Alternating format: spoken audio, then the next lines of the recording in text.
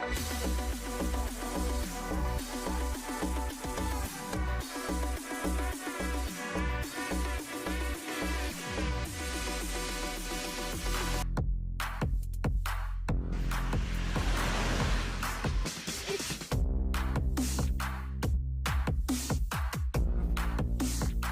and OnePlus have created an amazing AOD.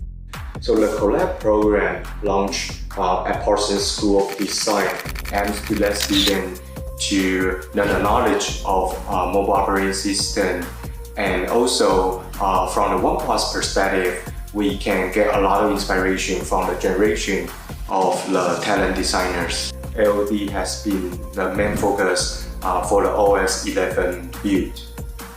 The AOD design challenge was not part of our original curriculum.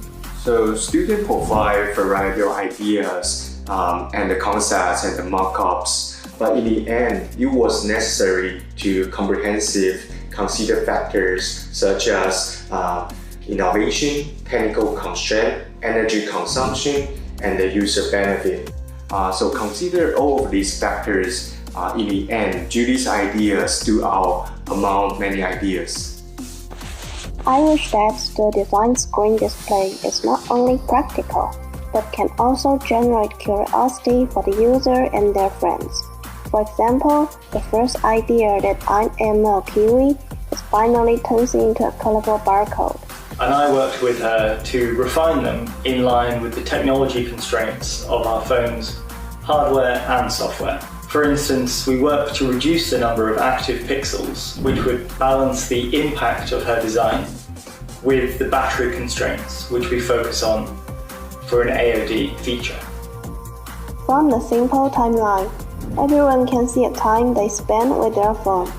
Everyone is different every day, and that is valuable, allowing users to know their own usage with the added benefit of looking cool. And I think the clash of the two sides creates a lot of opportunity for innovations. I love these collaborations.